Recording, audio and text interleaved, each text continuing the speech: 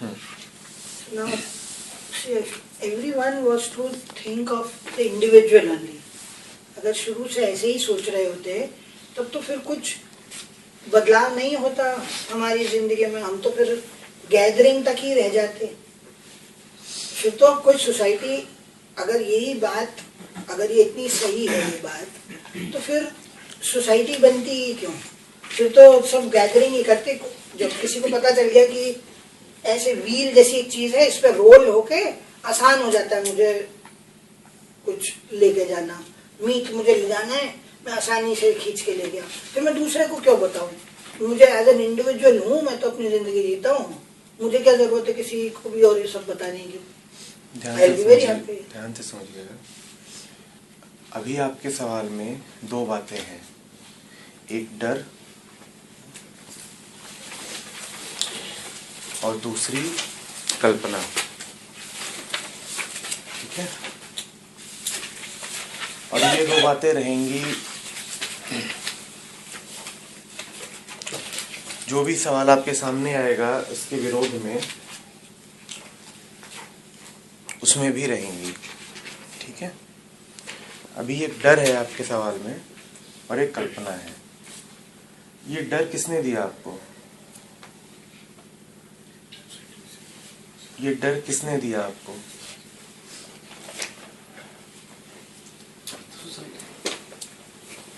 जो अभी है उससे बदल जाने का डर। मन हमारा नहीं होता है, पहला सिद्धांत। मन में जो भी कुछ होता है वो बाहर से आता है। अभी आपके पास डर है और अभी आपके पास कल्पना है। निश्चित रूप से ये डर और कल्पना आपके पास हमेशा से नहीं थी, किसी ने आपको दी है। ये जो आप बोल रहे हैं ये आपके पास सदा से नहीं था, कहीं से आया। ये डर किसने दिया, ये कल्पना किसने दी? हमारे एक्सपीरियंसेस। आपके एक्सपीरियंस नहीं, एक्सपीरियंस आपके नहीं है। जो बाहर से आ रहे हैं, बाहर से आ रहे हैं, समाज से ही आ रहे हैं। ठीक है ना? तो अब ये चाल देखिए कि पहले तो आपको बताया जाए कि जीना सिर्फ वो जीना है जो इन तरीकों से हो, जो इस प्रकार से हो, और ये समाज आपको बताए। और दूसरा वक्तव्य कि उस तरीके से जीने के लिए तुम्हें हमारी जरूरत है। तो अगर आप जरा भी होशियार हैं तो आप इन दोनों को मिला देंगे तो आपको क्या मिलेगा? पहला है, आप एक बच्चे को बोल रहे हो, याद रखिएगा ये डर आपका नहीं है, कहीं से आया है। तो पहली चीज तो आप बच्चे को बोल रहे हैं कि जीना सिर्फ तभी जीना है जब उसी प्रकार से हो जैसे कि ये सब चल रहा है। और दूसरा वक्तव्य, इस तरीके से जीने के लिए तुम्हें हमारी जरूरत है। इन दोनों को मिलाइए तो आपको क्या मिलता है? कि तुम हम पे निर्भर रहे आओ। तो ये जो सवाल है यही बता रहा है कि ये जो दोनों इंस्टीट्यूशन है ये हमारे साथ क्या करते हैं। भाई आपका जो मन है अभी, ये पूरे तरीके से इसी समाज, इसी प्रक्रिया की ही तो पैदाइश है, इसी से निकल के आ रहा है, इसी का उत्पाद है। अब ये मन कह रहा है कि अगर ये प्रक्रिया ना हो तो कुछ भी नहीं होगा। ये कैसी बात है? ये मन जिसने और कुछ जाना ही नहीं, ये मन जिसके लिए बाकी सब कुछ सिर्फ एक कल्पना है, ये मन जिसके लिए हर दूसरा विकल्प कल्पना है, बुद्ध कल्पना है, स्वतंत्रता कल्पना है, आनंद कल्पना है, ये मन जो सिर्फ एक सीमित तरीके से जिया है, वो कह रहा है कि इसके अलावा कोई विकल्प ही नहीं है। तो ये कैसी बात है? उस मन के लिए तो वाकई कोई विकल्प नहीं है, क्योंकि उस मन को तो मजबूर किया गया है इन्हीं तरीकों से जीने में। आपके जो पिछले 18 साल या 20 साल का जीवन है उसी का परिणाम है ना ये आज का मन जो डरा हुआ है। तो ठीक ये सवाल ही अगर हम ध्यान से देख लें तो हमें दिख जाएगा कि चल क्या रहा है। पहली बात, इस जीने ने हमें एक गहरा डर दिया है, मुक्ति नहीं दी है। इसीलिए जैसे ही हम लोग ये बातें पढ़ते हैं तो मन में एक हलचल आ जाती है, बिल्कुल डर उठ जाता है। अगर हमारा जीवन सही रहा होता, अगर हमारे जीने में आनंद रहा होता, मुक्ति रही होती, तो ये डर कहां से आता?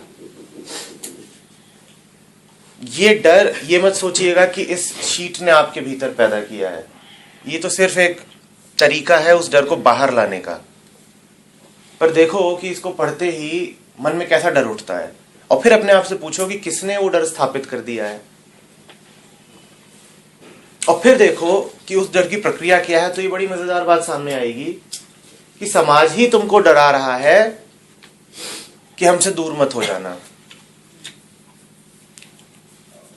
समाज में रहना चाहिए, समाज में रहना चाहिए, बिना समाज के ऐसा हो जाएगा, वैसा हो जाएगा, सब इंडिविजुअल हो गए तो क्या होगा। ये सारी तुम्हारी बातें हैं।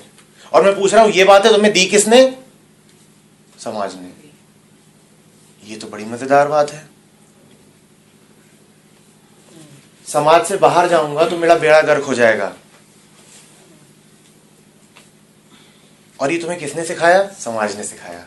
तुम कितने होशियार हो, तुम कितने होशियार हो कि तुम्हें दिखाई भी नहीं पड़ रहा कि ये सारा मामला क्या है, और तुम डरे हुए हो। मैं बहुत डरा हुआ हूं कि एक चूहा मुझे बहुत पीटेगा, और ये तुम्हें किसने सिखाया? चूहे ने। तुम कितने होशियार हो।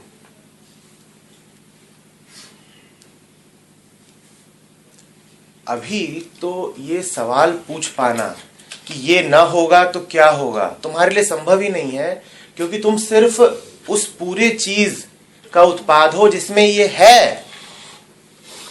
तुम इसी पूरी प्रक्रिया से निकले हो, तो अभी तुम कल्पना भी कैसे कर पाओगे कि ये ना होगा तो क्या होगा। तो पहली बात तो उस कल्पना में जाना पूरी तरह बेकार है तुम्हारे लिए।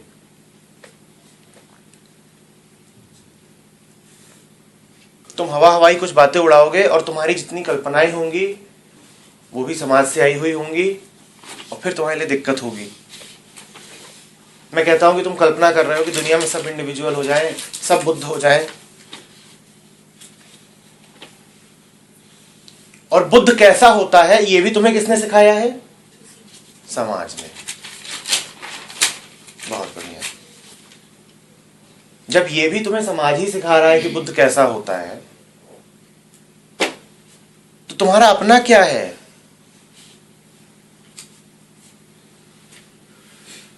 और क्या तुम कभी वास्तव में जान पा रहे हो कि ये बुद्ध नाम की चीज क्या है जिसको तुम इतने तिरस्कार के साथ कह रहे हो?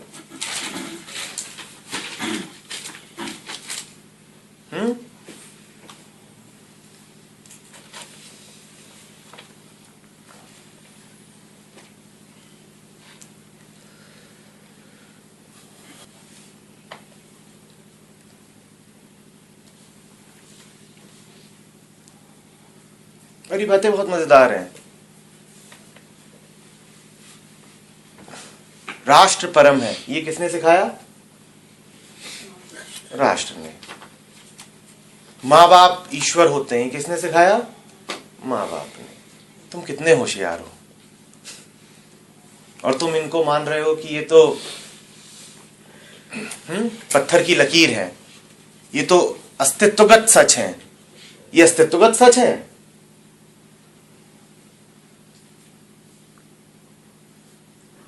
एग्जैक्टली मानते भी कहाँ है? अगर हम मान पाओगे भी नहीं, क्योंकि बाहर किसी और का है। तो इसीलिए मन ही मन में तो बेचैन रहते हो। माना जाता नहीं है, पर छोड़ा भी नहीं जाता, क्योंकि डरे हुए हो। माना भी नहीं जाता, छोड़ा भी नहीं जाता, पूरी तरह मान भी नहीं पाते हो, पर इतनी भी हिम्मत नहीं है कि साहस बांध करके एक बार मुद्दे को समझ ही लो, उसके पार ही निकल जाओ। उतनी भी हिम्मत नहीं है।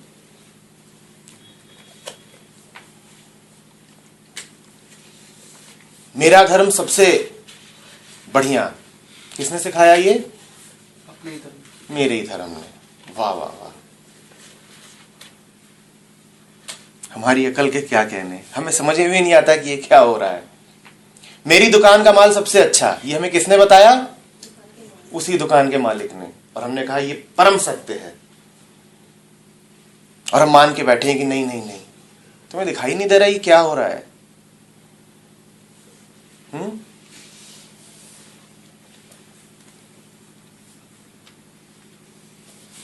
टेक्निकल भाषा में इसे मोरल हजार्ड बोलते हैं। जैसे कि एक जज को यह अनुमति नहीं दी जाती है कि अपने घर वालों का मुकदमा सुने, इसे मोरल हजार्ड बोला जाता है। इकोनॉमिक्स में भी इसे मोरल हजार्ड कहते हैं।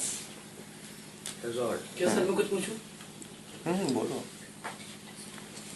सर जैसे आपने कहा कि हम लोग माँ बाप को ईश्वर मान लेते हैं, मैं कहता हूँ क्यों ना माने, हम उस सत्ता के पीछे भागते हैं जिसको हम जानते ही नहीं। हम कहते हैं ईश्वर है, क्यों कहते हैं? हमने नहीं देखा। क्यों? पर एक व्यक्ति हमारा पालन पोषण करता है, हमें इस लायक बनाता है कि हम चढ़ सकें, हमें इस लायक बना सकता है कि आज हम एजुकेटेड यहाँ बैठे हैं, हम उसकी सत्ता को स्वीकार करते हैं। सत्ता माने क्या होता है बेटा? सत्ता मतलब होता है मतलब किसी के अस्तित्व को स्वीकार करना। तो वो तो है, ये कौन मना कर रहा है कि नहीं है? नहीं, माँ बाप हैं, ये कौन अस्वीकार कर रहा है कि उनकी सत्ता है? पर तुम तो कुछ और ही कह रहे हो ना। तुम कह रहे हो माँ बाप ईश्वर है। अब ईश्वर क्या है इसका तुम्हें कुछ पता नहीं। तुम हो, तुम्हारी सत्ता है, क्या नाम है? आशुतोष शुक्ला। आशुतोष। AKG से आए हैं। आशुतोष है, ये स्वीकार करने के लिए मुझे ये कहना पड़ेगा कि आशुतोष है, या ये कहना पड़ेगा कि आशुतोष अमित है? अगर मैं साफ साफ जान पा रहा हूं कि आशुतोष है, तो मैं क्या कहूंगा कि आशुतोष है, या ये कहूंगा कि आशुतोष अमित है? अगर मैं कह रहा हूं कि आशुतोष अमित है, तो इसका अर्थ यह है कि मैं आशुतोष को नहीं जानता। ठीक है ना? अगर मैं साफ साफ आशुतोष को जान रहा हूं, तो इतना काफी है कि आशुतोष है। माँ बाप ईश्वर है या माँ बाप हैं, होने में तुम सामने वाले को समझते हो पूरे तरीके से, लेकिन जैसे ही तुमने उसके साथ एक उपाधि जोड़ दी, जैसे ही उसके साथ तुमने कुछ और जोड़ दिया, तो समझना असंभव हो जाएगा। आशुतोष अमित है, अब आशुतोष को नहीं समझा जा सकता। माँ बाप ईश्वर है, अब माँ बाप को समझने के सारे रास्ते बंद हो गए, मैं अंधा हो गया। समझ में आ रही है बात?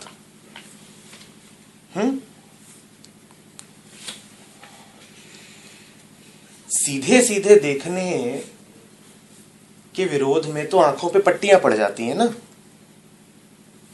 जैसे ही तुमने किसी के साथ 1000 कल्पनाएं जोड़ दी, 1000 आचरणगत बातें जोड़ दी, उसके बारे में तुमने 10 धारणाएं मन में बैठा ली कि ऐसा है और वैसा है, अब तुम्हें सच नहीं दिख पाएगा।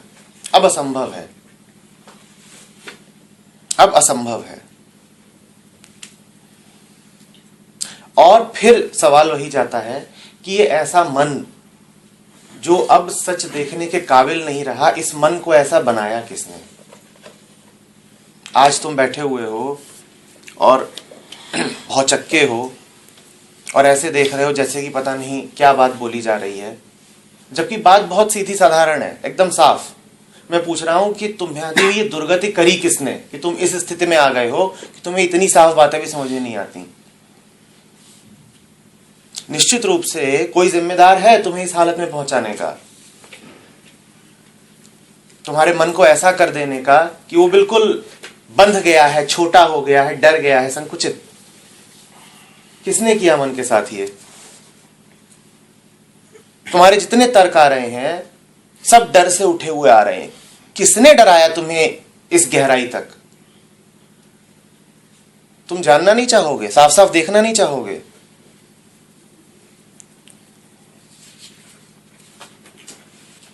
एक व्यक्ति दूसरे को देखे और साफ साफ देखे, साफ साफ देखे। अगर आप किसी को इस काबिल बना पाते हो, तब तो आपने उसके साथ कुछ भला करा कि वो मुक्त होकर के दुनिया को अपनी नजर से देख पाए, निष्ठा हो उसकी जगह आपने उसको ऐसा बना दिया कि अब वो जीवन भर आप पे निर्भर रहे, आपकी दी हुई धारणाओं पे निर्भर रहे, आपके दिए हुए धर्म पे और सामाजिक मान्यताओं पे निर्भर रहे। तो आपने क्या करा है उसके साथ? ये नहीं आप समझ पा रहे। अगर मैं वास्तव में किसी का मित्र हूं, किसी का भला चाहता हूं, तो मैं उसे उड़ने के लिए पंख दूंगा या बंद करने के लिए पिंजड़ा? और देखो अपने आप को कि तुम उड़ते हो या पिंजड़े में बंद हो। और अगर पिंजड़े में बंद हो तो फिर पूछो कि ये क्या हुआ है मेरे साथ, किसने किया? क्योंकि निश्चित रूप से तुम्हारी ये चॉइस तो नहीं हो सकती कि मैं खुद पिंजड़े में बंद होऊंगा, किसी न किसी ने तुम्हें किया ही है। तो आज जीवन अगर ऐसा है जैसा तुम्हारी शक्लों पे लिखा हुआ है, तो फिर पूछो अपने आप से कि कौन हमें यहां पे लेके आया, किसने ऐसा कर दिया? क्योंकि तुम ऐसे नहीं थे सदा से।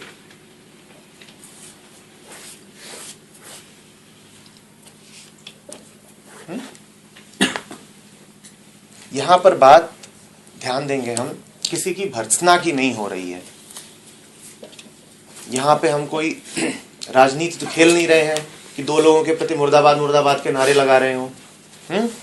कोई आंदोलन तो नहीं खड़ा करना है, न किसी को यहाँ पे जेल भेजने की तैयारी है कि भाई ये फलाने लोग हैं, आतंकवादी हैं, पापी हैं, इनको मारना है, कुछ करना है। यहाँ बस बात को साफ साफ समझा जा रहा है।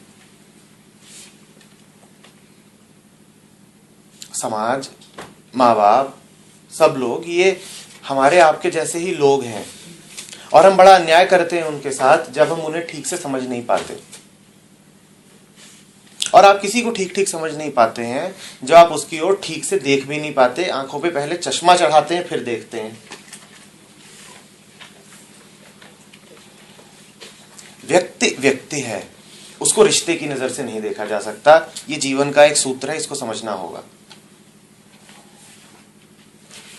वस्तु वस्तु है, उसको संबंध की नजर से नहीं देखा जा सकता, इसको भी समझना होगा।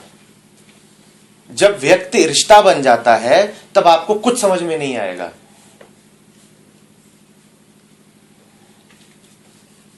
जब वस्तु संबंध बन जाती है तब भी आपको कुछ समझ में नहीं आएगा।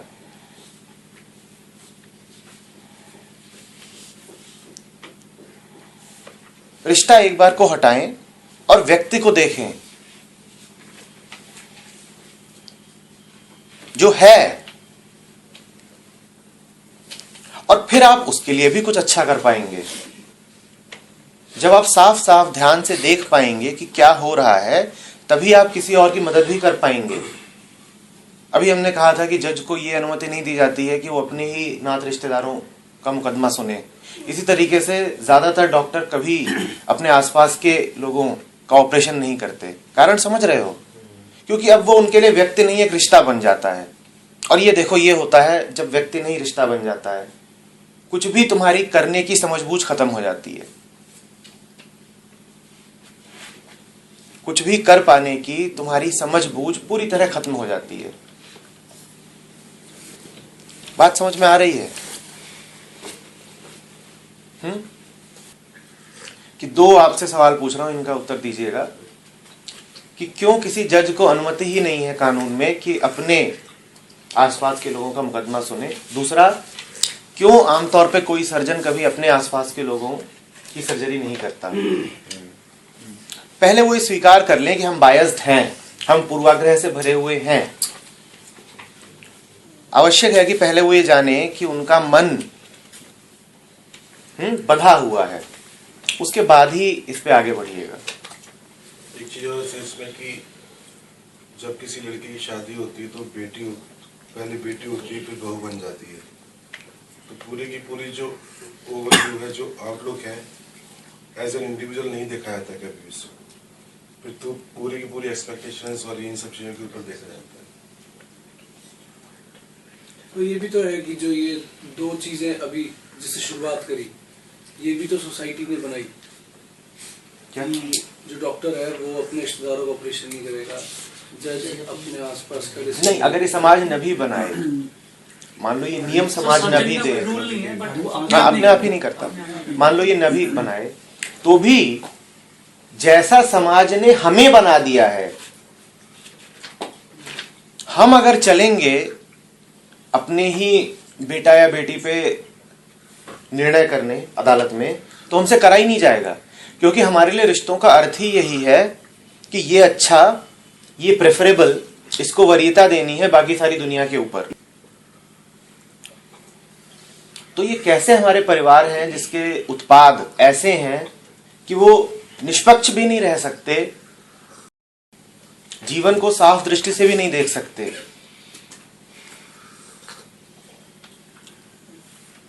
मैं एक दूसरे तरीके से पूछता हूं,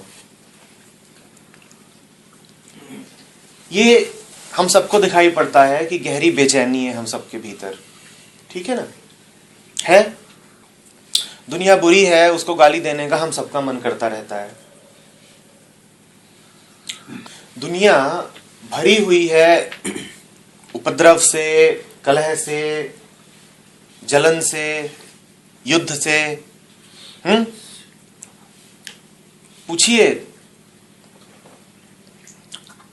अपने सामने जो बैठे हैं उन लोगों से कि आज इतना न्यूक्लियर मटेरियल है मनुष्यता के पास कि पृथ्वी को एक नहीं 5000 बार खत्म किया जा सकता है। आप समझ रहे हैं? एक पृथ्वी को 5000 बार खत्म किया जा सकता है। जितने लोगों ने ये किया उनमें से एक एक किसी फैमिली की पैदाइश है। इस दुनिया में जितने घूम रहे हैं वो सब परिवारों से ही निकल के आ रहे हैं। और दुनिया खत्म हो रही है, बुरी है, ये है, वो है, दुनिया में ऐसा है और वैसा है, इसकी शिकायत तो हम सब करते हैं। और दुनिया का पागलपन अब बिल्कुल चरम पे पहुंच चुका है।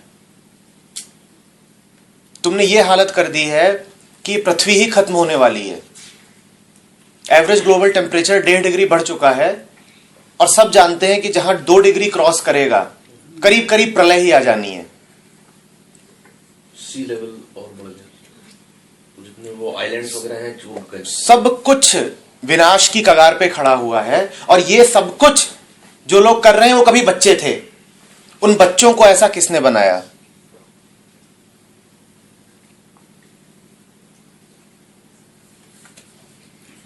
ये सब कुछ जो लोग कर रहे हैं वो कभी मासूम बच्चे थे। उन बच्चों को ऐसा किसने बनाया? वो सारे बच्चे तुम्हारे परिवार और तुम्हारे समाज की पैदाइश है। ये जो सड़क पे आदमी घूम रहा है, जो डरा हुआ है, जो हिंसात्मक है, जो जिंदगी से हारा हुआ है, बोर्ड है, फ्रस्ट्रेटेड है, जिसने कदम कदम पे सिर्फ समझौते किए हैं, ये भी कभी एक स्वस्थ बच्चा था। इसको ऐसा किसने बनाया? क्या ये तुम्हारे समाज से कहीं बाहर से आया है? और वो पेरेंट भी है, और अगर parent is equal to God, तो फिर गॉड खुद इसको खत्म करने के लिए तुला हुआ है। नहीं, मैंने घाट का रेफरेंस इसलिए दिया था, मतलब घाट को तो एक सम्मानपूर्वक पद था मेरा, ठीक है।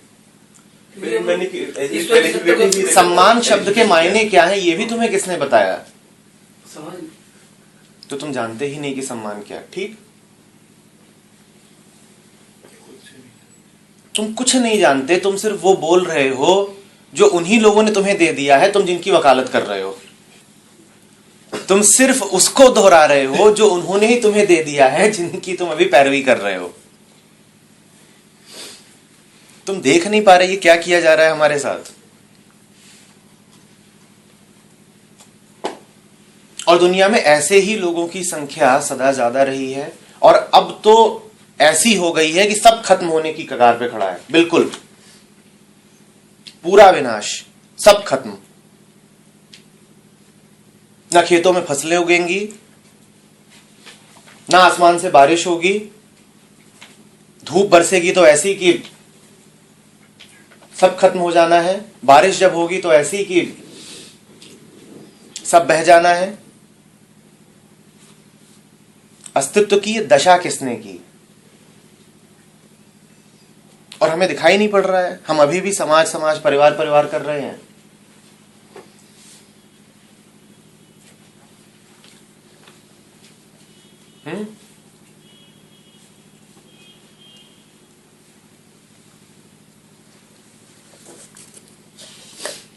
अगर व्यक्ति परिवार की और समाज की और शिक्षा की पैदाइश है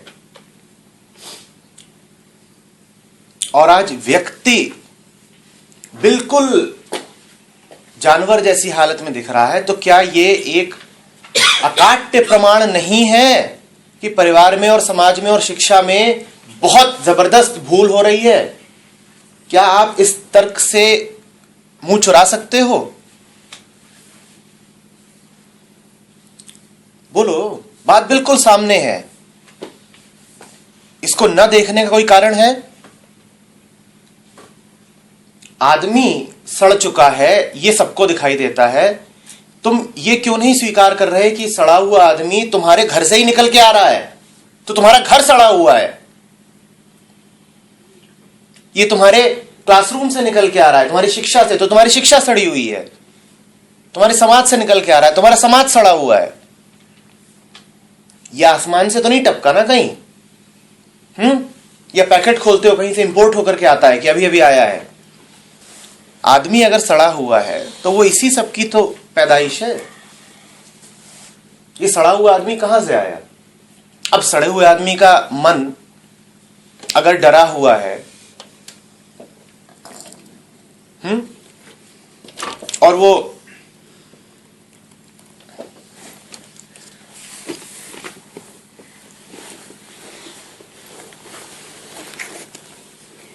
डरा ही रहना चाहता है,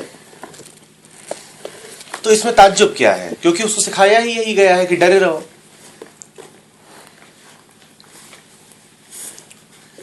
किसी को बंधक बनाने का एक बहुत अच्छा तरीका यह होता है कि उसको ये सिखा दिया जाए कि बंधन मुक्ति है। बंदी बनाने का सर्वश्रेष्ठ तरीका है कि तुम किसी के मन में भर दो कि बंधन मुक्ति है। अब वो मजे से बंधन में रहेगा, अब वो कभी नहीं मुक्त होना चाहेगा। तुम ईश्वर को कभी ना पा पाओ, इसका सर्वश्रेष्ठ तरीका यह है कि तुम्हें बता दिया जाए कि कोई और ईश्वर है। अब तुम कभी नहीं जान पाओगे कि ईश्वर जैसी चीज क्या होती है, क्योंकि तुम्हें एक सस्ता ईश्वर मिल गया है। शाहरुख खान ने तुम्हें बताया कि वो खुद नहीं आ सकता, इसलिए उसने मां के चरण दिए हैं तुम्हें। या बहुत सारे देवी देवताओं को पूछते वक्त अचानक से साईं बाबा ने ये चमत्कार कर दिया, तो सब लोग साईं बाबा की तरफ डायरेक्ट हो गए। बात समझ में आ रही है? नकली हाथ में दे दिया जाए, ये एक अच्छा तरीका है कि अब तुम कभी असली को ना पा पाओ। किसी के साथ जबरदस्ती करोगे, उसको बांधे रहोगे, तो उसमें बड़ा झंझट है। वो इधर उधर कूदफांद करेगा, भागने की कोशिश करेगा, उसको ये एहसास रहेगा कि मैं गुलाम हूं। इतना झंझट कौन पाले? इससे अच्छा ये है कि उसको बोलो कि तू गुलाम है ही नहीं, तू आजाद है, और ये जो है ये जेल नहीं है, ये तेरा राजमहल है। और हम जो हैं, हम जेलर नहीं हैं, हम तो मुक्ति के देवता हैं। अब वो नहीं भाग सकता। और ये जो है ये हथकड़ी नहीं है, ये तेरे खूबसूरत कड़े हैं। ये इस बात का प्रमाण है कि तू मुक्त है। जब तक तू इन्हें पहने रहेगा तब तक तू मुक्त रहेगा। अब वो क्यों भागेगा? अब वो क्यों मुक्त होगा? और इस सब में किसी एक व्यक्ति को निशाना नहीं बनाया जा रहा है। याद रखिएगा, जब हम कहते हैं कि घर हैं, घरों में माँ बाप हैं, उनसे ऐसा हो गया, तो सच तो यह है कि वो माँ बाप भी इसी व्यवस्था से आ रहे हैं। वो भी कहीं आसमान से नहीं टपके हैं, वो खुद भी इसी व्यवस्था का शिकार है। ठीक है ना? उन्होंने ये साजिश नहीं रची है,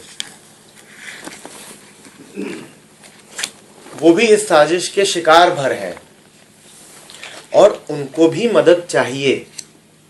अब तुम्हारे सामने दो विकल्प हैं कि तुम या तो एक और विक्टिम बन जाओ इस पूरी मूढ़ता के कि चल रही है एक बेवकूफी और तुम भी उसी बेवकूफी में शामिल होकर के उसके शिकार हो गए, या ये कि तुम कुछ ऐसे हो जाओ जो अपनी ही नहीं दूसरों की भी मदद कर पाए।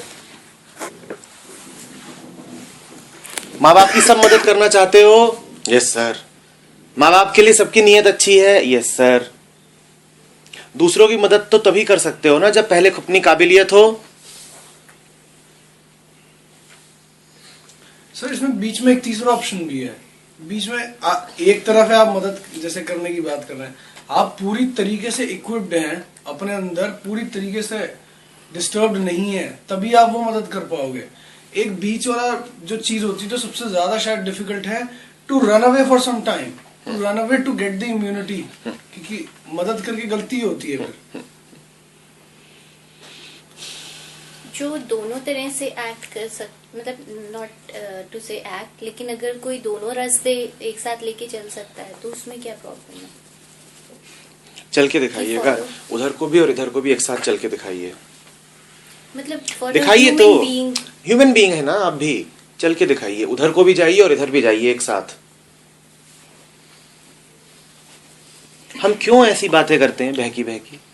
दो रास्तों पे एक साथ चलेंगे, दिखाइए। पूरब और पश्चिम एक साथ जाके दिखाइए।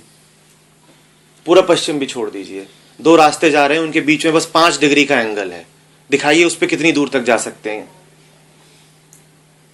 वही होगा जो होना है, आवाज आएगी चर।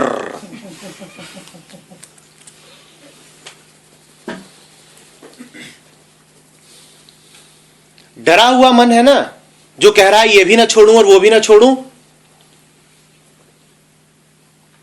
डर दिखाई दे रहा है, दिखाई दे रहा है डर। ये भी दिखाई दे रहा है कि दुविधाग्रस्त मन है जो जानता ही नहीं कि ये ठीक है वो ठीक है, तो कह रहा है दोनों पे ही चल लो। डर भी दिखाई दे रहा है, दुविधा भी दिखाई दे रही है, दोनों साफ साफ दिखाई दे रहे हैं, स्पष्ट है। इसी मन को देखना है, इसी को साफ साफ देखना है। एस्केप रूट्स नहीं खोज लेने हैं, एडजस्टमेंट नहीं कर लेना है, साक्षात्कार करना है, साफ साफ देखना है। आ रही बात समझ में? ये सस्ते समझौते कर करके ही ऐसी दुर्गति हो गई है हमारी।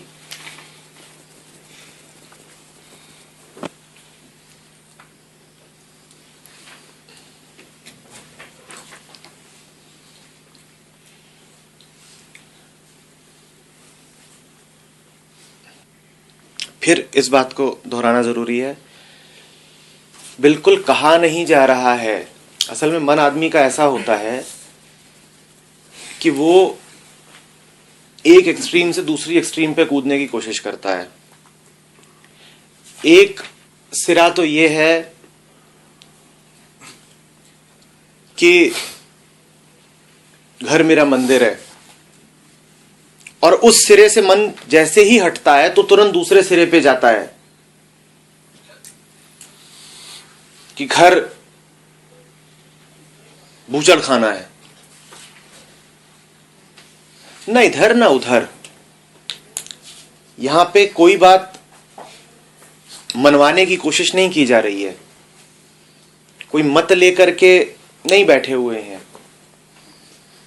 एक ओपिनियन नहीं है जो किसी पे थोपने की कोशिश है। लेकिन हां, आप एक सिरे को पकड़ के बैठे हो, उस सिरे में मामला क्या है वो हमारी पूरी कोशिश है कि आप देख पाओ। उसका अर्थ ये मत समझ लेना कि हम दूसरे सिरे पे जाने को कह रहे हैं। हम ये बिल्कुल भी नहीं कह रहे हैं कि दूसरे सिरे में सत्य बैठा हुआ है, बल्कि अगर दूसरी जगह पहुंच गए कि पहले तो पूजा करते थे घर की, अब घर को गाली देना शुरू कर दिया, तो तुम फिर उतनी ही बड़ी चूक करोगे। ये यहां पे कोई मोर्चा नहीं लगाया गया है कि घर मुर्दाबाद, घर मुर्दाबाद। ईमानदारी से, बुद्धिमानी से देखने की कोशिश है कि मामला क्या है, और जब ठीक से देख पाओगे तो अपनी भी मदद कर पाओगे और दूसरों की भी मदद कर पाओगे। यहां पे हम इसलिए नहीं बैठे हैं कि हमें किसी से घृणा करनी है या कि रिजोल्यूशन पास करना है कि मेरे बाप ने मेरे साथ बड़ा अत्याचार किया है, तो आज हम सार्वजनिक भर्त्सना करते हैं दुनिया के सारे माँ बाप की।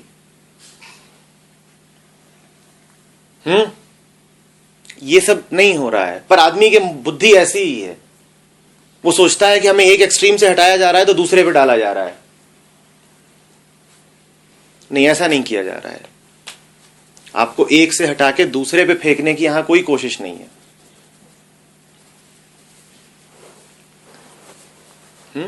It will be jumping between conclusions. तो इतनी जल्दी भाई जीवन हमारा ऐसे ही बीतता है ना, कि या तो अटैच्ड हैं गहराई से या फिर घृणा में अटैच्ड हैं। साफ साफ साक्षी में रहने में तो हमने कुछ जाना ही नहीं है, अटैचमेंट ही जानते हैं कि चिपके हुए हैं। थोड़ा सा दूर हट के देख पा रहे हैं, इस बात की तो हमारी ट्रेनिंग ही नहीं है। तो जैसे ही तुमसे ये बातें की जाएंगी तो तुम्हें ऐसा लगेगा कि जैसे यहां पे कुछ नफरत जैसी चीज फैलाई जा रही है। वैसा यहां कुछ भी नहीं किया जा रहा, बिल्कुल ही नहीं किया जा रहा। हम तो चाहते हैं कि तुम्हारे माँ बाप, तुम्हारे आसपास के सारे लोग सब मस्त रहें, अपने पूरे पोटेंशियल को पाएं। लेकिन वो नहीं हो सकता जब तक तुमने मन में इस तरीके की धारणाएं भर रखी हैं।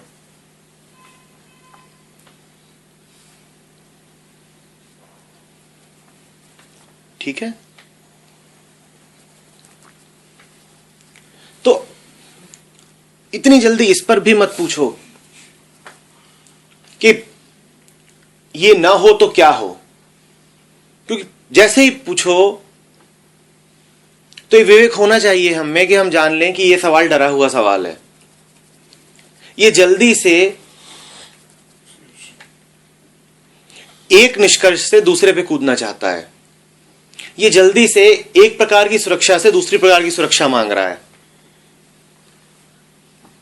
ये कह रहा है अभी कम से कम मैं सुरक्षित अनुभव करता हूं, तुम मुझे बताओ और क्या हो जिसमें मैं सुरक्षित अनुभव कर सकूं। ये मन तैयार नहीं है रास्ता चलने के लिए। ये मन अपनी विवेक से थोड़ा सा असुरक्षित होकर के संभावनाएं तलाशने के लिए, सच जानने के लिए तैयार नहीं हो पा रहा है। इसीलिए जल्दी से विकल्प मांग रहा है, जल्दी से निर्णय मांग रहा है कि ये ना हो तो क्या हो। वो हमें करना ही नहीं है कि जल्दी से ये ना हो तो क्या हो। हमें सिर्फ ध्यान से समझना है कि मामला क्या है।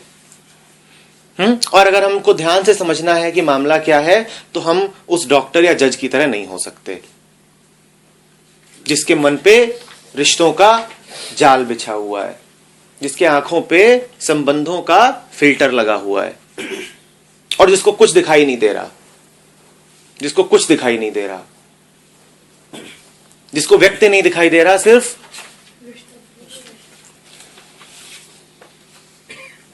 तो हम सिर्फ समझ रहे हैं, हम ध्यान से देख रहे हैं कि मामला क्या है। ठीक है ना।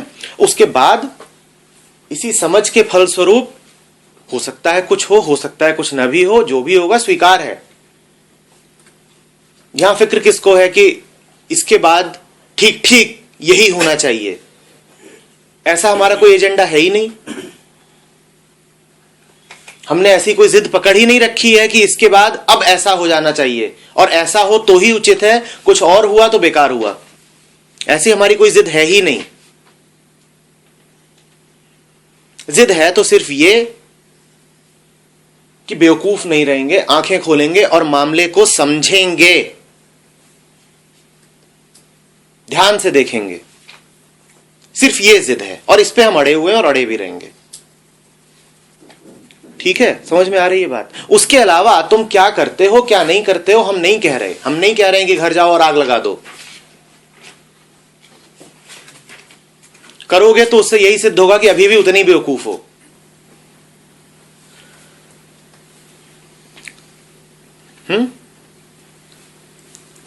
Sir, there is a common question that arises. यहाँ पर students पूछते हैं कि मतलब बेसिकली दे आस्क कि आप बताइए कि अगर हम समझ भी लेंगे तो how would it make a difference and what is in it for me, that type of question.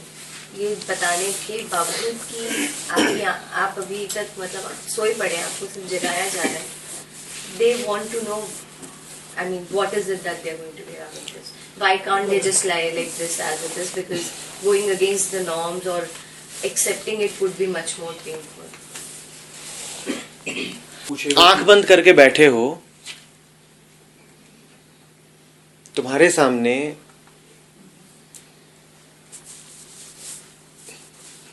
एक कागज लाया गया है जिसपे साफ साफ लिखा हुआ है और समझाया गया है कि तुम अंधे हो ही नहीं। स्थिति की विद्रूपता को देखिएगा। तुम आंख बंद करके बैठे हो और मान के बैठे हो मैं अंधा हूं। तुम्हारे सामने एक कागज लाया गया है जो तुम्हें बता रहा है कि तुम अंधे हो ही नहीं, और साफ साफ देख लोगे तो समझ जाओगे कि नहीं हूं। पर तुम कह रहे हो मैं तो अंधा हूं, आंख बंद करके बैठा हूं, इसको पढ़ने का फायदा भी क्या, और क्या मिल जाएगा मुझे आंख पढ़ के।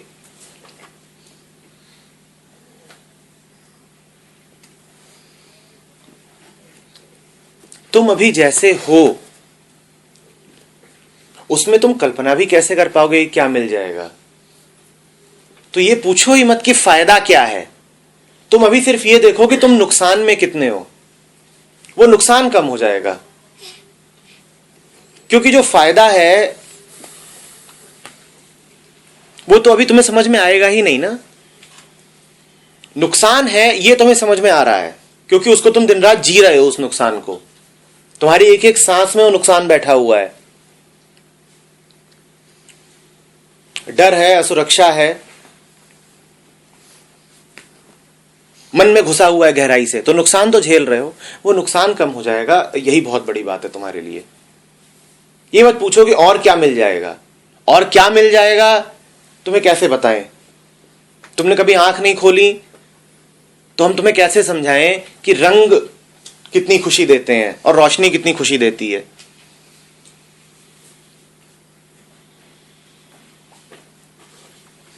बड़ा मुश्किल है। अभी तो तुमसे सिर्फ ये कह सकते हैं कि देखो तुम आंख बंद करे रहते हो, दिन रात चलते हो, ठोकरे खाते हो ना, हाँ, रोज गड्ढों में गिरते हो, हाँ, इधर भी दर्द होता है उधर भी, हाँ, तो ये कम हो जाएगा। हम तुम्हें बस इतना बता सकते हैं। हम अभी तुमसे कहेंगे ही नहीं कि इंद्रधनुष बहुत सुंदर है, क्योंकि तुम जानते ही नहीं हो इंद्रधनुष है क्या, मुक्त जीवन क्या है, तुम जानते ही नहीं हो, तो तुमसे कल्पना भी कैसे करवाएं। अभी तो बस इतना ही कह सकते हैं कि आंख बंद करे करे फिरते हो, दिन रात ठोकरे खाते हो, सोचते हो बाथ टब है, घुस जाते हो सीवर में।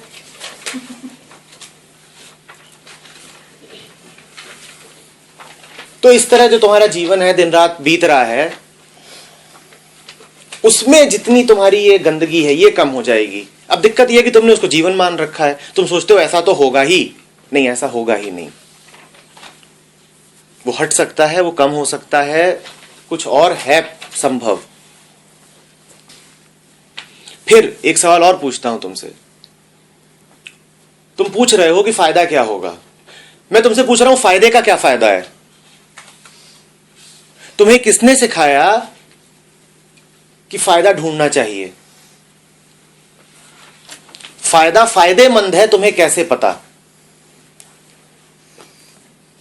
तुम ये देख भी नहीं पा रहे कि ये हिसाब किताब,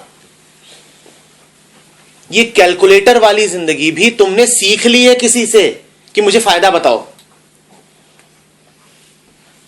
ये भी तुम्हारी अपनी समझ से नहीं आ रही बात। तुम क्या जानो कि फायदा वास्तव में तुम्हें कुछ देता है कि नहीं देता है। यह भी तुम्हें सिखाया गया है। तुम छोटे थे, लौट के आते थे, कराया ना नुकसान, फायदा देखा कर। पर उन चीजों को तुम इतनी गहराई से आत्मसात कर चुके हो कि तुम्हें याद भी नहीं है कि यह सब कब तुमने सीख लिया, कब तुमने इसको अपने मन में बिल्कुल स्थापित कर लिया।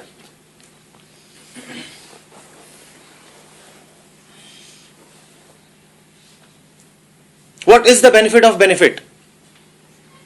सर फायदे का हम एक ही फायदा मानते हैं कि हमें इन चीजों से सुकून मिलता है, तो हमारे लिए फायदेमंद है। क्या है सुकून? अगर आखिरी फायदा है सुकून, तो क्या है सुकून?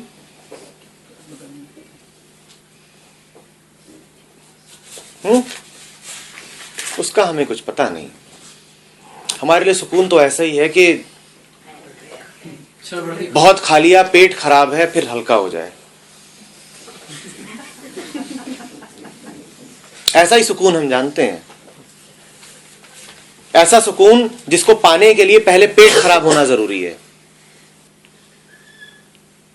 और तो कोई सुकून हमने जाना नहीं। बिल्कुल इधर उधर फिरते रहे हैं, इस बार पास होने की कोई संभावना नहीं है, पक्का ही है कि फेल हो जाएंगे, फिर अगर पास हो गए तो अब मिला सुकून, और तो कोई सुकून हमने जाना नहीं है। ठीक है ना? हमारा तो सुकून भी वैसा है जो इस पे निर्भर है कि पहले हम अशांत हों, क्लेश में रहें। अशांति नहीं तो सुकून नहीं, ऐसा ही सुकून जाना है। किसने सिखाया तुम्हें कि ये 2 कौड़ी का सुकून सुकून कहलाता है? किसने तुम्हारे मन में ही गंदगी भरी? एक एक पग पर ये सवाल पूछो कि किसने भरा मेरे मन में ये सब? कौन जिम्मेदार है मुझे यहां पे लाने को? क्योंकि मैं ऐसा था नहीं हमेशा से। हर बच्चा अपने साथ एक पूरी तरह से नई संभावना लेके आता है, वो कैसा भी नहीं होता, और इससे बड़ा अपराध हो नहीं सकता कि उसे हमारे जैसा बना दिया जाए। एक आदमी किसी का 2 पैसे का नुकसान कर देता है, तुम उसे जेल में डाल देते हो, और ये जो इतने लोगों की जिंदगियां तबाह हो रही हैं, इसकी क्या सजा है? और क्या इससे बड़ा कोई नुकसान हो सकता है कि मन ही खराब कर दिया जाए किसी का? उनको किस जेल में डाला जाना चाहिए? परिवार की संस्था आई ही कहां से, इसको भी थोड़ा सा देख लेते हैं कि इसके ऐतिहासिक कारण क्या है। आदमी हमेशा से परिवार में नहीं रहता था।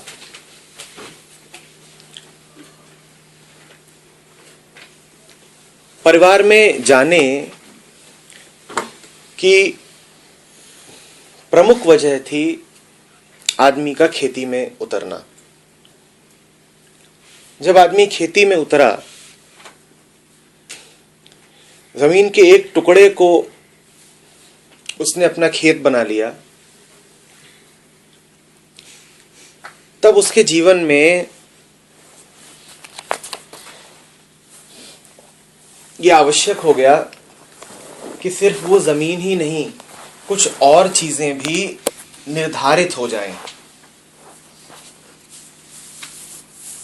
समझ में आ रही है बात? पहले तो पूरी जमीन उसकी थी, पूरी दुनिया उसकी थी। अब उसने कहा कि नहीं, पूरी दुनिया नहीं मेरी, सिर्फ इतनी सी जमीन मेरी, सिर्फ इतनी सी जमीन मेरी, ये टुकड़ा मेरा, वो टुकड़ा तेरा, और तेरे टुकड़े पे मैं नहीं जाऊंगा। अभी आवश्यक हो गया कि एक घर भी बने, जैसे ठीक अब जमीन मेरी और वो जमीन तेरी, वैसे ही अब तुम ये कह पाओ कि ये घर मेरा, वो घर तेरा, मैं तेरे घर में नहीं जाऊंगा। क्योंकि अगर जमीन है तो जमीन से निकलने वाली पैदावार भी कहीं रखी जाएगी, उस जगह पर भी आपका स्वामित्व तो होना चाहिए। जमीन बंधी, जमीन तय हुई, तो उसके साथ ये भी तय हुआ कि अब उस जमीन पे काम करने वाला आदमी भी एक ही होना चाहिए या कई होने चाहिए। यहां से आदमी की जो पूरी यायावरी प्रवृत्ति थी, नोमैडिक इंस्टिंक्ट, वो कम होनी शुरू होती है। समझ में आ रही है बात? अब वो बंधा कि इतना ही मेरा है, इसके आगे नहीं जाऊंगा, अब वो बंधता है।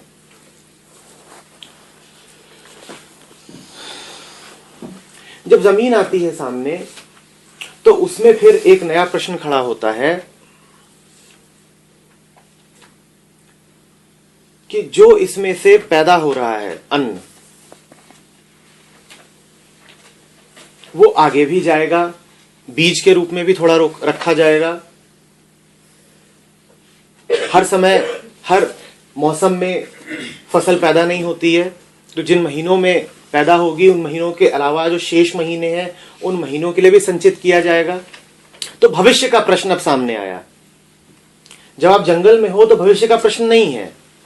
एक पेड़ पे फल आने बंद हुए तो दूसरे मौसम में दूसरे पेड़ पे मौसमी फल आ जाएंगे।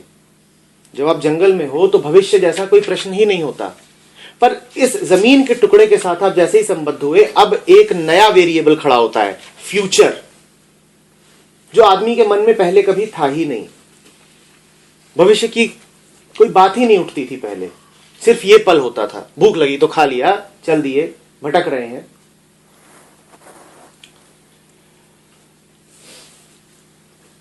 अब यह जरूरी हो जाता है कि भविष्य में ये सब कुछ किसके पास जाएगा ये भी निर्धारित हो, क्योंकि अब आदमी के मन में देख रहे हो ना, मोह आ चुका है, एक संबद्धता आ चुकी है, एक जुड़ाव आ चुका है उस जमीन से। ये मेरी है और वो तेरी है, ठीक है। अब ये भी आवश्यक हो गया है कि मैं इसको हमेशा अपना बना के रखूं। इस पे जानवर घुसता है तो मुझे तकलीफ होती है, कोई और आके इसकी फसल काटता है या इसको हड़पना चाहता है तो मुझे तकलीफ होती है। आदमी के मन में एक नई प्रवृत्ति पैदा हो रही है, थी हमेशा से पर दबी हुई थी, पर अब वो नया आकार ले रही है, बड़ा आकार। मोह, जुड़ाव, अटैचमेंट पैदा हो रहा है उसका वस्तु से। ऐसा नहीं है कि पहले था नहीं, पहले भी था, जानवरों में भी होता है। एक कुत्ते के पास एक रोटी है, दूसरा कुत्ता उसको लेने आएगा, रोटी वस्तु ही है तो गुर्राता है। पर अब ये जुड़ाव बड़े आकार में व्यक्त हो रहा था। उसी जुड़ाव का और उसी भविष्य की ओर देखने का एक नतीजा ये हुआ कि विचार आता है कि मेरे बाद ये किसको जाएगा। न सिर्फ मेरे बाद ये किसको जाएगा, बल्कि मेरे जीते जी भी वो कौन लोग होंगे जो इस पूरी प्रक्रिया में मेरे साथ रहेंगे और जो इस प्रक्रिया के फलों को भोगेंगे। इसमें से जो कुछ पैदा हो रहा है वो मैं किसके साथ बांट रहा हूं। बात समझ रहे हो ना? उस खेत से भाई आप फल लोगे तो अपने लिए लेके खा लोगे, पर उस खेत से जो पैदा हो रहा है वो सब किस किस को जा रहा है, ये सारे प्रश्न महत्वपूर्ण होने शुरू हो जाते हैं। उस जमीन के टुकड़े के आते ही ये सवाल सब महत्वपूर्ण हो जाते हैं। अब जीवन को एक व्यवस्था देना आवश्यक हो जाता है। अब आप कबीले नहीं हो, आप एक व्यवस्था कायम करिए, एक सिस्टम लेकर के आइए। कौन से लोग हैं जो इसमें हल चलाएंगे, फिर कौन से लोग हैं जो कुछ इंतजाम करेंगे किसी तरीके से जानवरों से इसकी रक्षा की जाए, फिर कौन से लोग हैं जो फसल काटेंगे। और उस समय पे खेती कोई तरीके विकसित नहीं थे, ये सब काम बड़े मुश्किल थे। आदमी बस सीख रहा था, कुछ पता नहीं था उसे। श्रम की बड़ी जरूरत थी, शारीरिक श्रम की बड़ी जरूरत है। आदमी ने अभी ये जान नहीं लिया था कि इस जानवर का इस्तेमाल कर लो तो ऐसे हो जाए, हल ऐसा होना चाहिए, इस प्रकार का उसका आकार होना चाहिए। समझ में आ रही है बात? लोहा नहीं आ गया था अभी, कोई भी मेटल नहीं आ गया था, आदमी बस सीख रहा था चीजों को। तो खेती भी कैसे करनी है ये भी अभी सीखा ही जा रहा है। इस पूरी चीज में अब यह आवश्यक हो गया था कि आपको पता हो कि आपका बेटा कौन है, क्योंकि वही है जिसके साथ आप अपनी फसल बांटोगे और वही है जिसके साथ जिसको आपके न होने के बाद ये खेत चला जाएगा। आवश्यक कुछ नहीं है, किसी के साथ भी कर सकते हो, जिससे ही तुम्हारा मन जुड़ जाए उसी के साथ हो सकता है। पर आदमी का मन चूंकि हमेशा डरा हुआ रहता है और अब उसने और ज्यादा मेरे की भावना के साथ सोचना शुरू कर दिया है। मेरा खेत, क्योंकि मेरा खेत इसीलिए इसकी फसल बटेगी मेरे बेटे के साथ। ये जमीन के आते ही ये नई जो चीज हुई है, मेरे का भाव उदित हुआ है, मेरा, मेरी वस्तु, तो फसल बटेगी मेरे बेटे के साथ। मेरे बेटे का भाव आते ही अब आवश्यक हो गया है कि स्त्री को इधर उधर घूमने न दिया जाए, क्योंकि फिर क्या पता मेरा बेटा कि किसका बेटा। डीएनए टेस्टिंग तो तब थी नहीं। अब आवश्यक हो गया था कि विवाह बीच में आए। और विवाह का बस इतना ही अर्थ था, तो कोई और नहीं जाएगी। विवाह का और कोई अर्थ नहीं था। इस तरीके से विवाह की संस्था आती है जो परिवार के आधार में है, क्योंकि परिवार हो नहीं सकता बिना विवाह के। कि भाई तू यहीं रहेगी, खेतीबाड़ी में हाथ भी बटाएगी और मेरे लिए बच्चे पैदा करेगी। और उन बच्चों का बड़ा महत्व था, बहुत बहुत महत्व था, क्योंकि सिर्फ एक पावर मौजूद थी, मैन पावर। आपके पास क्या है, कितना धन है, उसका एक बहुत बड़ा इंडिकेशन यह था कि आपके पास बेटे कितने हैं। करेंसी थी वो, जैसे आज आप नोट गिनते हो, उस समय करेंसी थी कि बेटे कितने हैं, बेटियां भी नहीं, बेटे। क्योंकि वही तो मसल देते थे ना, जिससे खेत की जुताई हो रही है, जिससे पशुओं से लड़ाई की जा रही है। बेटे देने वाली फैक्ट्री है स्त्री, तो अब उस फैक्ट्री को ठीक ठाक ताला लगाना बड़ा आवश्यक हो गया था। यहां से विवाह आता है और फिर परिवार जन्म लेता है। पूरे तरीके से आर्थिक कारणों से और पूरे तरीके से आदमी के मन में बैठे हुए डर से, इसमें और कुछ नहीं है। और जब विवाह का आधार ही यही है कि ये खेत मेरा है और पड़ोसी के खेत से मेरा कोई संबंध नहीं, बल्कि दुश्मनी है मेरी पड़ोसी से, एक जलन का भाव भी हो सकता है। और मुझे हर दिन अपनी सुरक्षा करनी है, किससे? पड़ोसी से भी। जानवरों से तो करनी ही है, पड़ोसी से भी करनी है।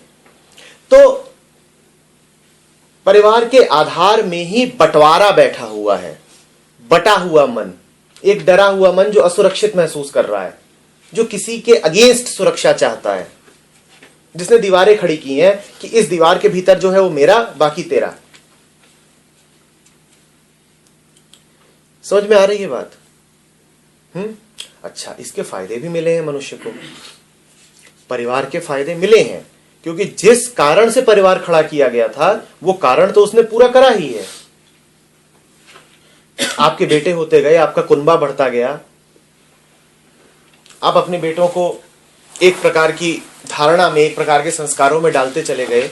आप उनको बोलते चले गए ये हमारे खेत हैं, खेत और बड़े करो। और उस समय जंगल बहुत थे और उसमें कोई किसी का कब्जा नहीं था, तो आप जा रहे हैं और पेड़ों को काट रहे हैं, अपने खेत को और बड़ा करता जा रहे हैं। आदमी को उससे फायदा मिला है, आर्थिक फायदे मिले हैं। परिवार की संस्था ने आदमी को काफी कुछ दिया भी है, वरना आदमी हो सकता है आज भी कबीले की तरह भटक ही रहा होता।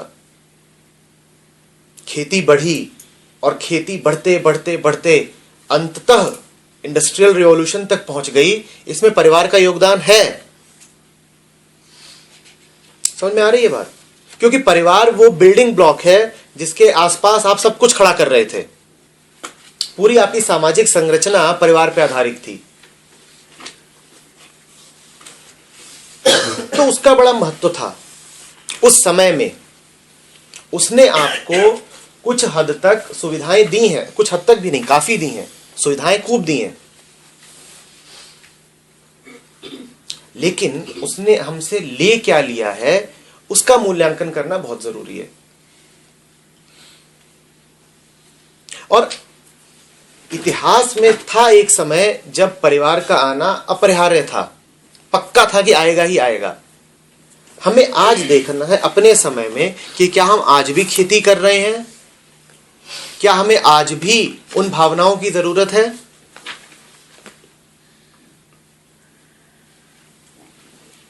कि ये मेरा, ये तेरा, और उन भावनाओं ने हमें दे क्या दिया है। याद रखना, जब जिस पहले आदमी का जमीन के टुकड़े से जुड़ा हुआ था उसने उसी दिन एक देश बना लिया, क्योंकि देश और कुछ नहीं है, यही है, जमीन के एक टुकड़े से जुड़ाव। किसी ने बहुत खूबसूरती से कहा है कि patriotism is nothing but putting real estate higher than intelligence.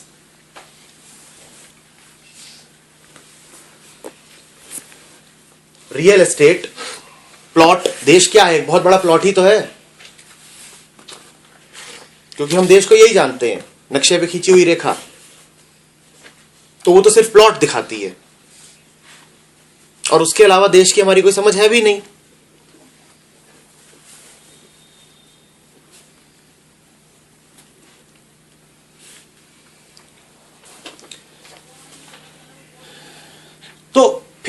इस पूरी चीज में अभी हम जो बात कह रहे हैं, हम ध्यान से देखेंगे कि हम भर्त्सना नहीं कर रहे हैं, हमने ऐतिहासिक कारण देखे हैं। और उन कारणों ने, उस पूरी प्रक्रिया ने आदमी को काफी कुछ दिया भी है। उससे आदमी के जीवन में एक स्थायित्व तो आया। परिवार ने आपकी भटकने की प्रवृत्ति को कम किया, एक स्थायित्व दिया, ठीक है ना, एक प्रकार की सुरक्षा दी। आदमी के मन में जो जलन और ये सब रहता था, जब आपने तय कर दिया कि एक आदमी एक औरत है, यही साथ साथ रहेंगे, और उसके ऊपर आपने एक पुजारी बैठा दिया जो इस बात का निर्धारण कर रहा था कि कौन पापी और कौन पापी नहीं, और उचित प्रकार का आचरण क्या है, ये सब बातें आपने थमा दी, तो लोगों की लड़ाइयां कम हो गई। कम से कम जो दिखाई देती थी ऐसी लड़ाइयां तो जरूरी कम हो गई। हाँ, मन में संघर्ष बने रहे, अलग बात है। समझ रहे हो ना? वरना देखते नहीं हो जानवरों में, एक मादा के पीछे 3-4 नर लड़ रहे हैं, उसमें से कई बार तो ये होता है कि जब तक एक आध मर ना जाए तब तक लड़ाई खत्म ही नहीं होती। आदमियों में भी ऐसा ही होता था अक्सर। परिवार ने उन सारी चीजों पे थोड़ी लगाम लगाई। सर, ये कैसे आप कह सकते हैं कि विवाह का आधार डर था? तुम बता दो क्या आधार था? इतनी पूरी कहानी हो गई, अब कह रहे हो क्या आधार था? नहीं, मैं सोच रहा था क्वेश्चन लॉजिकल है कि नहीं। सर, मुझे ऐसा लगता है कि ऐसा नहीं हो सकता। मतलब कोई व्यक्ति है, वो परिवार इसलिए बनाया कि हाँ, इस व्यक्ति के साथ मैं अपनी जिंदगी गुजार सकता हूँ। मुझे ये अच्छा लगता। क्या तुमने जिंदगी अभी गुजारी है उसके साथ? ठीक अभी कोई लड़की है, क्या तुमने उसके साथ जिंदगी गुजार दी है? अभी तो सिर्फ ये पल है। तो तुम कैसे जानते हो कि तुम अपनी पूरी जिंदगी उसके साथ गुजार सकते हो? क्या तुम्हें अपनी पूरी जिंदगी का अनुभव है पहले ही?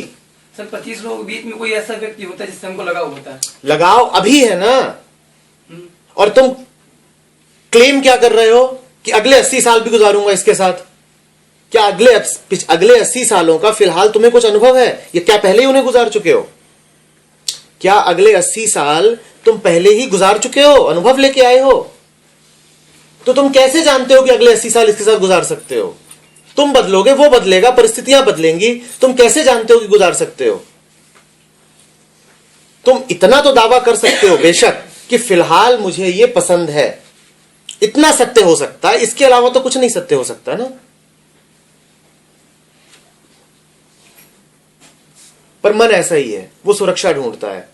वो कहता है कि अगर अभी अच्छी लग रही है तो सदा ऐसी ही रहेगी, कट्टो, और फूल की इतनी बड़ी हो जाएगी, फिर क्या करोगे? नहीं, बात सर वाली नहीं। जैसे बात आपने ये कही कि मतलब व्यक्ति डर गया कि मतलब आपने जैसे डिफाइन किया, सॉरी थोड़ा वर्ड इधर गया, तो माइंड मत करिएगा। जैसे आपने कहा कि मतलब व्यक्ति डर गया इसलिए कि मतलब ये बच्चे वाली मशीन है, ये बच्चे पैदा करेंगे, ठीक है, मैं अपनी इसको खेती दूंगा, इस तरह आपने ऐसे बातें कही। तो इस भावना से हट के वो ये भी तो सोच के उसने उससे रिश्ता बनाया हो सकता है कि नहीं, इसके साथ मैं खुश रह सकता हूँ, कि 25 लोगों में ये है जो मुझे समझ सकती है। हाँ तो ठीक है, खुश रहो, उसमें शादी कहाँ से आ गई? खुश रहो ना, मैं तुम्हारे साथ बहुत खुश हूँ, अब क्या करें आगे? मतलब अपने हमारे पास रहो तो रहो पास में। इसी के नाम ने विवाह दे दिया। नाम क्यों दो और उसके आसपास बंदिशें क्यों पैदा करो?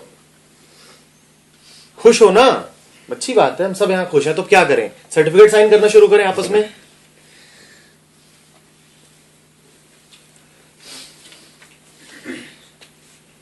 देखो, बहुत सारे धार्मिक ग्रंथों में स्त्री के लिए ठीक वही उपमाएं प्रयोग में लाई गई हैं जो भूमि के लिए, और मनुष्य का कर्तव्य बताया गया है कि वो भूमि में भी बीज डाले और स्त्री में भी बीज डाले और दोनों की जुताई करे। ये आदमी का एक सा मन था जिसने जमीन को और औरत को एक सा समझा, एक सा समझा, और ये दोनों एक ही साथ उसके जीवन में आए हैं, बिल्कुल एक साथ आए हैं, विवाह और जमीन। इस बात को ठीक ठीक समझ लेना। इसलिए वर्ड यूज करते हैं हस्बेंड्री। बहुत बढ़िया। हस्बेंड्री जानते हो क्या होता है? क्या होता है? जिनके घरों में कुत्ते होंगे वो जानते होंगे। बढ़िया अगर कुत्ता है आपके पास तो कई लोग आएंगे, कहेंगे 1000-2000 ले लो, 2 दिन के लिए दे दो, हमारे पास एक कुतिया है। इस प्रक्रिया को हस्बेंड्री कहा जाता है। हस्बेंड्री का अर्थ होता है कि ऐसी प्रक्रिया जिसमें किसी का वीर्य किसी और को दिया जा रहा है। तो हस्बैंड का अर्थ वो होता है कि जो अपना सीमेन आपको दे। हाँ, डर आप आसक्ति से कह सकते हैं, आसक्ति से डर था। हाँ, जो डर था, डर आसक्ति से था।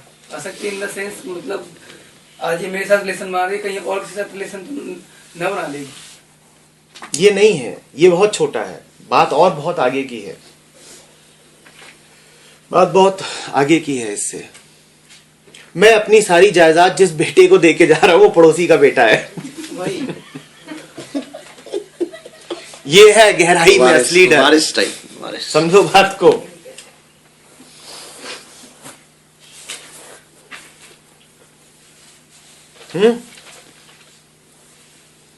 और मैं सोच रहा हूं ये पड़ोसी कुछ करता क्यों नहीं है और खुश होता रहता है और हमेशा कहता रहता है वाह तेरा बेटा तो बहुत बढ़िया है, इसको और दिया कर।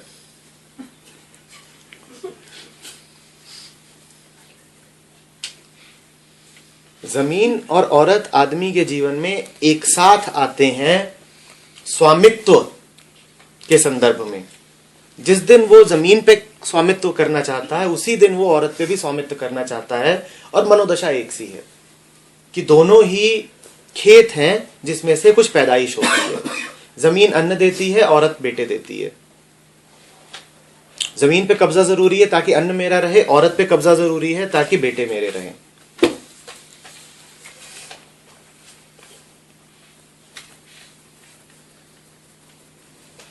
और आदमी ने सदा ऐसा ही किया है, मन ऐसा ही रहा है। तुम पढ़ो अपने वेदों को, प्रार्थना है कि गौओं से कि कोमल तृण खाओ और फिर हमें प्यारे प्यारे बछड़े दो। हर व्यक्ति को, वस्तु को रिसोर्स की तरह इस्तेमाल करने की कोशिश है। हे गौओं, संध्या काल है, घर आओ, कोमल तृण खाओ और फिर दूध दो। प्रार्थना पूरी नहीं होती ऋषि की जब तक ये नहीं कह देता कि दूध दो। बाकी सब तो ठीक है कि कोमल तृण माने घास, बाकी सब तो ठीक है, पर आखिरी बात वो जरूरी है। यही उसका नजरिया है जमीन के साथ भी और स्त्री के साथ भी।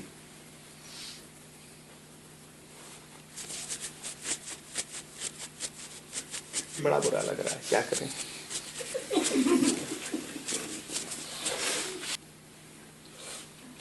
इतना काफी है समझना कि हमें अपने मन को देखना है और ये मन ऐसा कैसे हो गया, इन कारणों को देखना है। देखो, ये बात अभी भी तुम्हें हजम नहीं हो रही हो तो थोड़ा इस बात को समझना कि उस समय बीमारियां बहुत थीं, हर तरीके के प्रकोप थे, जानवरों का प्रकोप, बीमारी का प्रकोप। आदमी चूंकि प्रकृति को समझता नहीं था तो इसीलिए उसे दैवीय ताकतों का भी बड़ा डर लगा रहता था। ऐसे समय में ह्यूमन रिसोर्स बहुत बड़ा रिसोर्स था। जनसंख्या कम थी आदमी की, बहुत कम थी। जनसंख्या जबरदस्त रूप से कम थी और घटती ही रहती थी। कभी ऐसे मर गए, कभी वैसे मर गए, कभी बीमारी से मर गए, कभी जानवर ने खा लिया, कभी भूखे मर गए, कभी लड़ाई में मर गए। ऐसे समय में औरत बड़ी जबरदस्त शक्ति थी क्योंकि वो बच्चे पैदा करती थी और बच्चा सब कुछ है। बच्चे पर ताकत है, बच्चा अल्टीमेट रिसोर्स है। तुम समझ रहे हो ना? इसलिए ज्यादा बच्चे भी होते थे, 4-5 मर भी गए। तो बड़ा आवश्यक था कि उस ताकत को तुम अपने बस में रखो जहां से तुम्हें इतना रिसोर्स मिलता है, इतना रिसोर्स मिलता है। लोग गिनते थे पशुधन कितना है आपके पास और स्त्री धन कितना है। देख रहे हो क्या है? तो एक एक आदमी कई कई औरतें भी रखता था। जैसे तुम्हारे कितनी गायें बंधी होती हैं गिना जाता था, ठीक ऐसे ही गिना जाता था कितनी औरतें तुमने बांध रखी हैं। पशुधन और स्त्री धन। पूरे तरीके से एक आर्थिक रिसोर्स।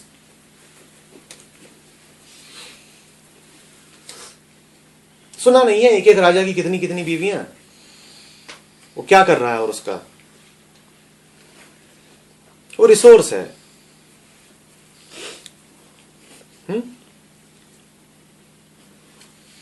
और उस रिसोर्स का पूरा इस्तेमाल भी होता था। एक एक औरत 15-15 बच्चे, और करे क्या, वसूली भी तो करनी है। अब वो है ही इसीलिए कि पैदा करे।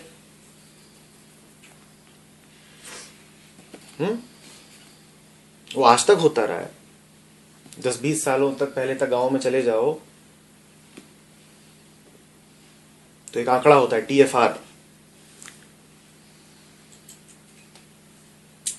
टोटल फर्टिलिटी रेट, 5 का 7 का, ये एवरेज है।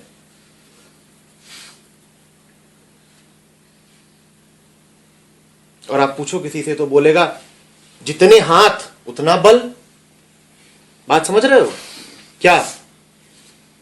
बच्चे जितने परिवार में लोग उतनी ज्यादा ताकत। जितने हाथ उतना बल। और हाथ कहां से आएंगे?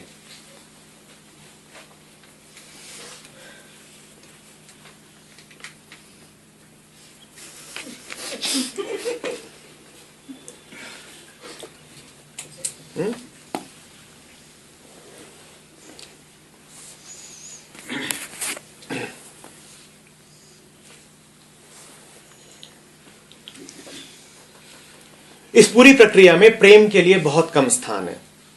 ये जो कुछ हुआ उसमें प्रेम नहीं के ही बराबर है।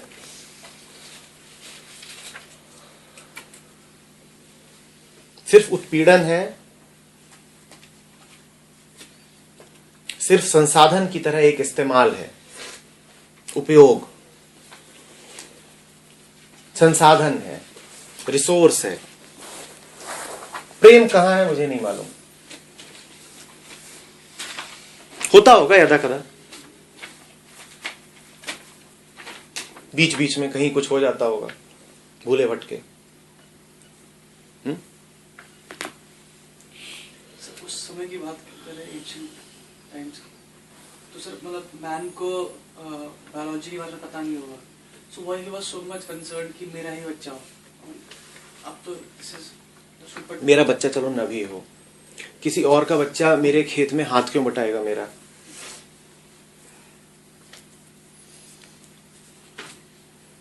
हाथ तो बढ़ाने हैं, समझ रहे हो? और ये आखिरी डर होता है कि ये सब जो मैंने संचित किया, देखो मौत का डर और क्या है? मौत का डर यही है कि ये सब छूट जाएगा।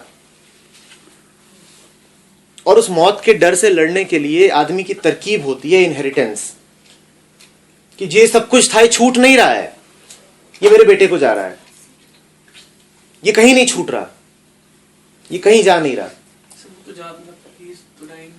मरते हुए आदमी से पूछो ना, वो बड़ा इस बात में सहारा लेता है कि मैंने अपनी वसीयत लिख दी है कि नहीं लिख दी है, सब कुछ ठीक है कि नहीं है।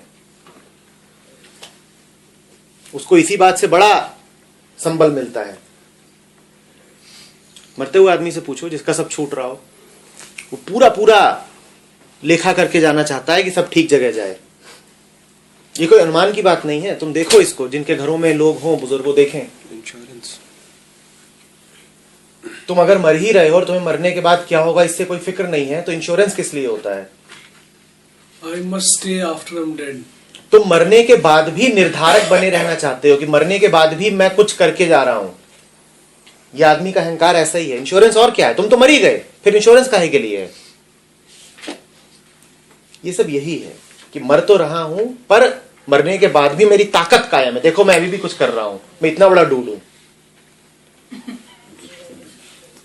और क्या है ये कि मर तो गए हैं लेकिन मरने के बाद भी देखो इनके नाम के चेक आए जा रहे हैं अभी तक। एक तो मूवी भी है, पता नहीं कौन सी, वो जेरार्ड बटलर की, जिसमें यही है। हाँ,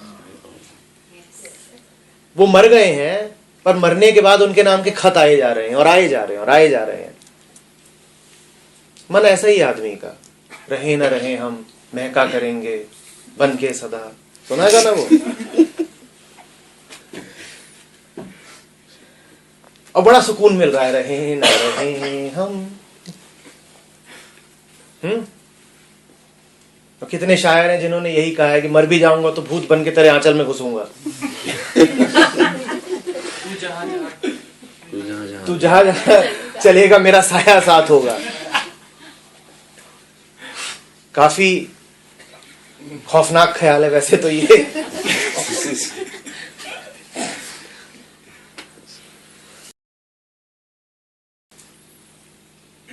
मन ऐसा ही आदमी का, सबसे बड़ा डर मौत का है। उससे लड़ने के लिए, उस कल्पना से लड़ने के लिए हजार उपद्रव करता है।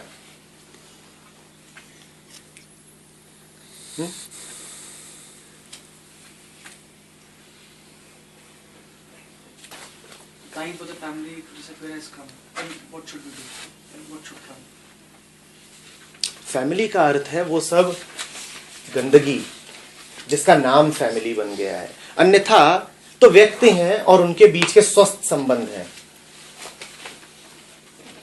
इन संबंधों की अस्वस्थता के जाने का समय आ गया है। ठीक ठीक समझिएगा इसका अर्थ क्या है। इसका यह अर्थ नहीं है कि घर में डायनामाइट लगाना है। जेसीबी को तुरंत कॉल ना करना शुरू कर दें, टाइम फॉर द फैमिली।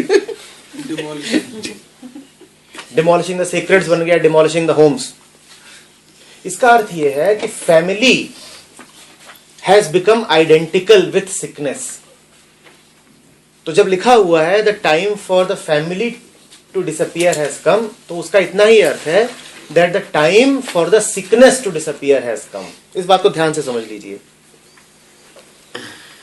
जब वो सिकनेस चली जाएगी तो सिर्फ व्यक्ति से व्यक्ति का प्रेमपूर्ण संबंध बचेगा, और इससे किसको ऐतराज हो सकता है?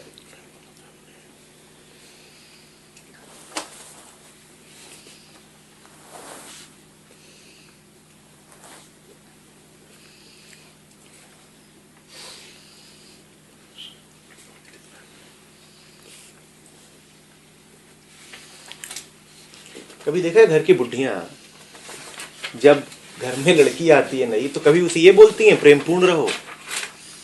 क्या बोलती हैं? दूधो नहाओ पूतो फलो।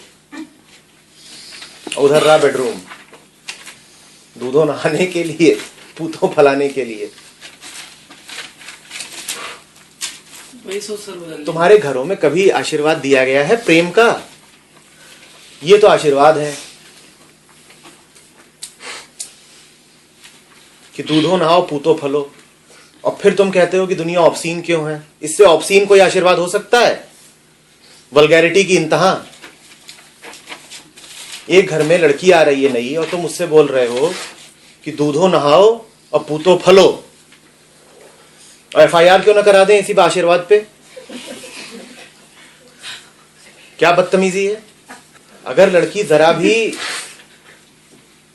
होशियार हो, एकदम ही डम्ब ना हो, तो थप्पड़ मारेगी पलट के कि बुढ़िया तमीज नहीं है, कैसी बातें कर रही है।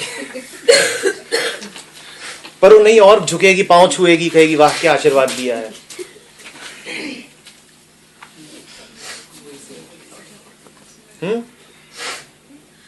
प्रेम कहां है इस सब में? शरीर दूध से भर जाए इसका नाम नहीं प्रेम होता।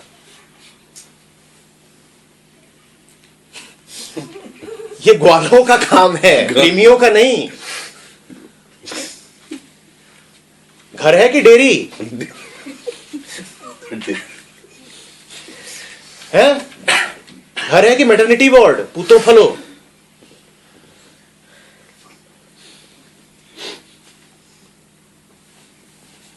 कंट्रोल। ब्रांड याद आ गया, मदर डेयरी। जैसे बढ़िया क्या कसूर? बुरा तो उसका मोह है ना अंदर का। ये मोह है, काहे का मोह है ये? उसे बच्चे चाहिए, उसे नाती चाहिए। ठीक, बदला ले रही है। बदला तो नहीं, हाँ मोह है। मेरा कभी ये नाती हाल देखी बनाया। जल्दी। मेरा ये हाल बनाया, तेरा भी यही हुआ। ये उसका मोह है मुझे ऐसा लगता है। इसी मोह को देखना पड़ेगा ना। बड़ा बीमार मोह है। बुरा मोह है। बड़ा बीमार मोह है, और इस मोह में तुम नहीं देख रहे हो कि तुम कितनी हिंसा कर रहे हो, तुम कितनी गहरी हिंसा कर रहे हो।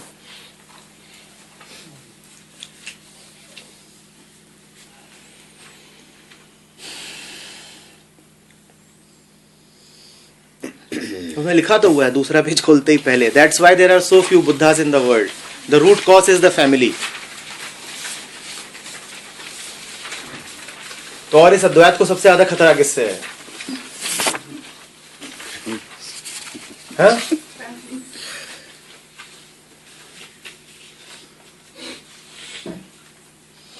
When Buddha escapes to the jungle, it is not the city, he is the family.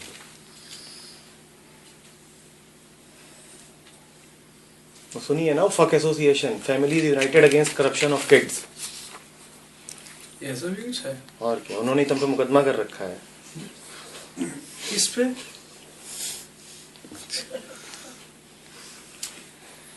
बच्चे बर्बाद हुए जा रहे हैं हमारे।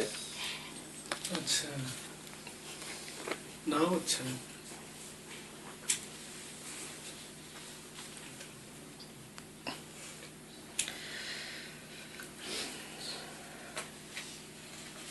अब तीसरा मुद्दा है चिल्ड्रन का, और अभी हमने देखा कि वो बहुत गहराई से घुसा हुआ है फैमिली के आधार में। इसीलिए औरत की दुर्गति कर दी जाती है अगर वो बच्चे न पैदा कर पाए। बंध्या है, किसी काम की नहीं है। प्रेम कहाँ है इस सब में? प्रेम कहाँ है?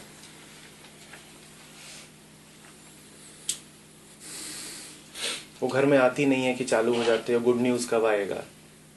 काहे का गुड न्यूज? बेसिकली तुम कह रहे हो कि इतना खर्चा वर्चा करके तुझे लेकर के आए हैं, आउटपुट कब शुरू होने वाला है?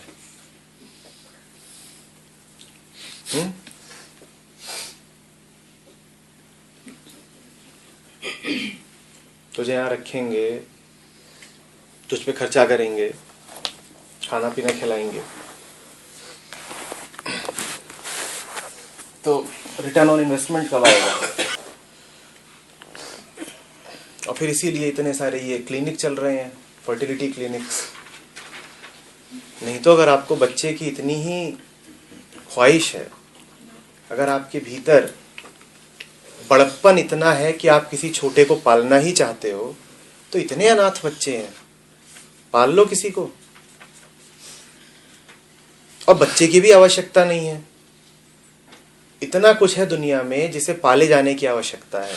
जानवर हैं छोटे, ये पूरा इन्वायरमेंट है, कितने ही सारे मुद्दे हैं जिनको संरक्षण की जरूरत है, जिन्हें चाहिए लोग जो अपनी ऊर्जा उन मुद्दों को दे सकें। कोई है नहीं उन मुद्दों को उठाने वाला। आप वो सब भी कर सकते हो, वो सब भी आपके बड़े होने का ही लक्षण होंगे, उसमें भी पूरा पेरेंटिंग का ही भाव रहेगा। पर आपको वो सब नहीं करना है। आपकी जो पूरी रुचि है वो तो इसी बात में है कि मेरा डीएनए कैसे प्रसारित हो। तो फिर इसलिए आप लगे रहते हो, हजारों खर्च करोगे, लाखों खर्च करोगे, पर किसी तरीके से मेरा खून, कोई और चारा नहीं है आंख खोलने के अलावा और ध्यान से देखने के कि हम कितना बेहोश जीवन जीते हैं, और हम कितनी आसानी से कह देते हैं कि क्या होने जा रहा है भाई तेरा, अभी निकला है बीटेक करके, एमबीए करके, क्या है, शादी करने जा रहा हूं। और उसने कुछ नहीं देखा, कुछ नहीं जाना, कुछ समझा नहीं कि तू कर क्या रहा है। अच्छा अब क्या करने आ रहा, बच्चा पैदा करने आ रहा हूं। तू समझ भी रहा है ये क्या है? तू एक नए जीव को दुनिया में लाने जा रहा है, तुझे इसका अर्थ भी पता है ये क्या करने जा रहा है, तुझमें काबिलियत है अभी उसको बड़ा कर पाने की, तेरे पास क्या है जो तू उसको देगा? तेरे पास अपनी शंकाएं हैं, दुविधाएं हैं, डर हैं जिसमें तू घिरा रहता है, और यही तू उसको देगा, इसके अलावा कुछ नहीं देगा, दे सकता ही नहीं है। और तेरे पास है क्या? पर नहीं, बड़ी उत्सुकता है बच्चा पैदा हो जाए।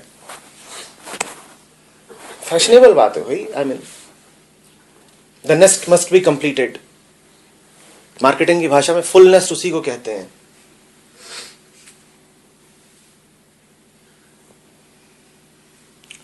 टिंकू टिंकी और छोटा टिंका, अब हुआ फुल नेस्ट। और आपको लगातार यही दिखाया जा रहा है कि एक सुखी जीवन क्या होता है। तो आप हैं, एक औरत है और बीच में एक पुग्गू, और गहराई से बैठा दिया गया है कि ये पुग्गू नहीं है और वो मैटरनिटी मशीन नहीं है, तो आपका जीवन पूरा नहीं हुआ,